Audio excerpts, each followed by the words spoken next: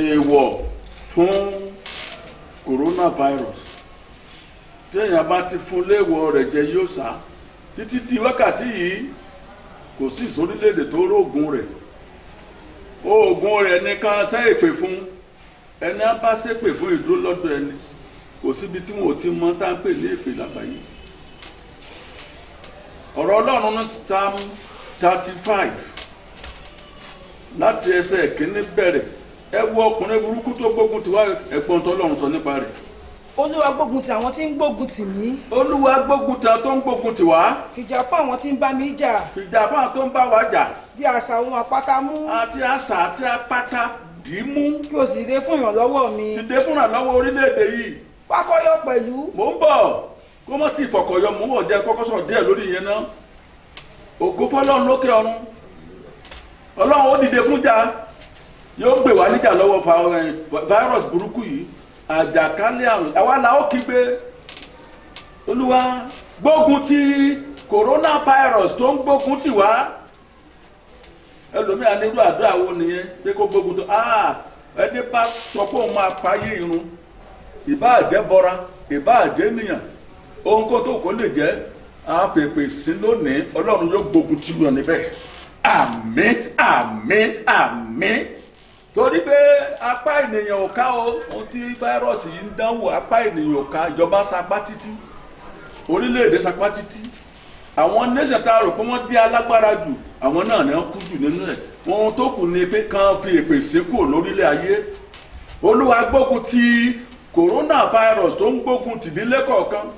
tó ń gbaṣẹ́ lọ́wọ́ oníṣẹ́ tó gba àlàáfíà lọ́wọ́ alálàáfíà Olúwa gbógun tì gẹ́gẹ́ bí ọ̀rọ̀ Ọlọ́run ní Psalm 35 ẹsẹ̀ ìkíní Olúwa gbógun tì àwọn tó gbógun tì wá fìjà fún àwọn tó ń bá wa jà di àṣà àti àpáta mú Ọlọ́run yóò ṣe bẹ́ẹ̀ fún yìí Ọlọ́run yóò gbà ọ́ lọ́rọ̀ kòrónà yìí o ojú òsì ní tiwa àwa là ó borí ẹ̀ àwa là ó ṣẹ́gun rẹ̀ ìjọba máa gbọ́ ẹ rìlíìsì àwọn tó ń ṣèṣìn ẹ rìlíìsì wọn kẹlẹ́sìn máa lọ ṣọ́ọ̀ṣì ẹ fún wọn ní táìmù Friday Sunday ẹ fún wọn ní àwà Ọlọ́run là á ké pè bọ́rọ̀ ẹ̀dá bá dàrú Ọlọ́run ló kàn ti yanjú ẹ̀ fún ni ènìyàn kankan ò lè yanjú eléyìí ohun kan mi wà tó gbòòràn o ẹ jẹ́ àwọ̀ wò bí ìgbòmí náà sì ni pé ẹni tó dá ohun gbogbo ń bẹ lórí ìtẹ́ ó lè dárí ẹ̀ṣẹ̀ jì ó sì lè gbà ni ó sì lè bá mú coronavirus kúrò lórílẹ̀‐èdè lónà àkọlé ọ̀rọ̀ mi ẹ̀bẹ̀ tí mo bẹ̀ ìjọba ní anywhere ni pé kí wọ́n yọ̀ǹda kí àwọn ènìyàn tó jẹ́ ti Ọlọ́run náà máa gbàdúrà kán fi àwẹ̀ sí kán wá kí èpè bọ́lẹ̀ lórí coronavirus ó ti sọ ọ̀pọ̀lọpọ̀ obìnrin dopó ó sọ ọ̀pọ̀lọpọ̀ ọkùnrin di aláìní dáyà ó dẹ̀ sọ ọ̀pọ̀lọpọ̀ ọmọdé aláìní bàbá lásìkò ìgbà tó ti bẹ̀rẹ̀ yìí iye àwọn tí wọ́n ló ti pa lórílẹ̀‐èdè àgbáyé ti lé ní mílíọ̀nù torí ìdí èyí èpè ló kù fún coronavirus ẹ ti try láti rí vaccine ẹ tí ìrìn tẹ́ máa fi pa èpè ó ràn án èpè ó gbà á yóò ṣe lọ́sẹ̀ ó ní Olúwa gbógun ti àwọn tó gbógun ti wá fi ìjà fún àwọn tó ń bá wa jà agbára tó ń bá wa jà táàrí di Ọlọ́run ló lè ràn ó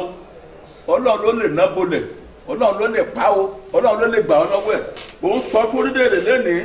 lórúkọ Jésù Kristi Olúwa yóò gbà ọ́ lọ́wọ́ coronavirus èyí tó ṣe tó kó dáwọ́ dúró kó dáwọ́ ogun rẹ̀ dúró odò bẹ́ẹ̀ tí àwọn èèyàn mọ́lé náà sí níjọ́ ẹ bá ti máa ṣí wọn mọ́lẹ̀ ńkọ́ ẹ bá tì wọ́n mọ́lé níjọ́ ẹ bá máa ṣí wọn lẹ̀ ẹ̀ tó lè pé yóò tó dọ́bù ohun tó ràn sí ni èpè Bíbélì sọ fún wa nínú ìwé Jákọ́bù orí 4:7 ó ní ẹ kọjú ìjà sí èṣù ká kọjú ìjà sí ni kì í ṣe ẹ̀bẹ̀ kì í ṣe pé ká sá wọlé yóò ní yóò sá èṣù lélẹ́yìí ó ká ṣépè fún kókó àgbègbà mo sì gbàgbọ́ pé tí gbogbo wa bá gba ọ̀rọ̀ yìí tí a sì rí ìdílé kọ̀ọ̀kan sọ pé ìwọ tẹ́lẹ̀ mi ò fẹ́ yín bí ẹni tó bá lò fẹ́ kò ní wọlé rẹ o tí í ṣe fáírọ́ọ̀sì yìí lórúkọ Jésù kò ní wọlé ẹnì kọ̀ọ̀kan wa bó tó ń sọ fún wa lẹ́ẹ̀kan sí pé ní Ọlọ́run nínú àánú ńlá rẹ̀ ọ̀rọ̀ rẹ̀ ló sọ báyìí pé Olúwa gbógun ti àwọn tó gbógun ti wa Jákọ́bù ó ní ẹ kọjú ìjà sí èṣù lélẹ̀ òun ní ìdíkà tira wa mọ́lé ẹ̀jẹ̀ á lọ sórí ekún wa ká gbàdúrà àdúrà tó lépè nínú 66 war ó ní 66 battle ó ní Dáfídì jà tègúntèpè ló ìborí ọ̀pọ̀lọpọ̀ tègúntèpè ẹni bá kásá wá ọ̀nà ẹ̀ á mọ̀ pé ní fáírọ́ọ̀sì yìí gan ló yẹ ká kálé lórí sàwọn ọ̀nà fáírọ́ọ̀sì ló yẹ ká kálé lórí torí fáírọ́ọ̀sì yà lè máa lajú sílẹ̀ kó dẹ̀ máa ṣe bó ṣe é ṣe lọ yìí torí náà ẹ̀bẹ̀ tí mo lè bẹ̀ ìjọba ni pé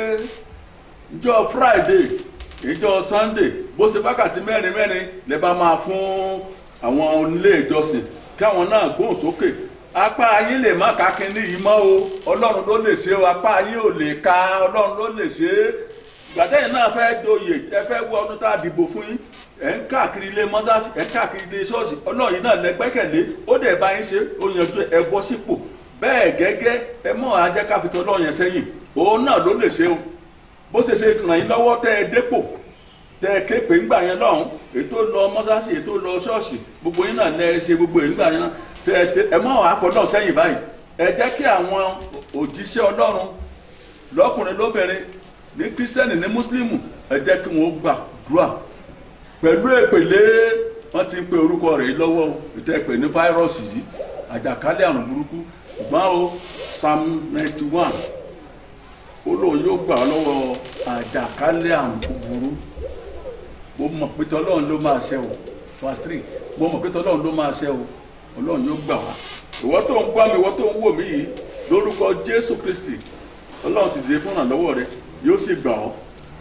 coronavirus yóò run dànù coronavirus ọ̀rọ̀ rẹ̀ ó dìtàn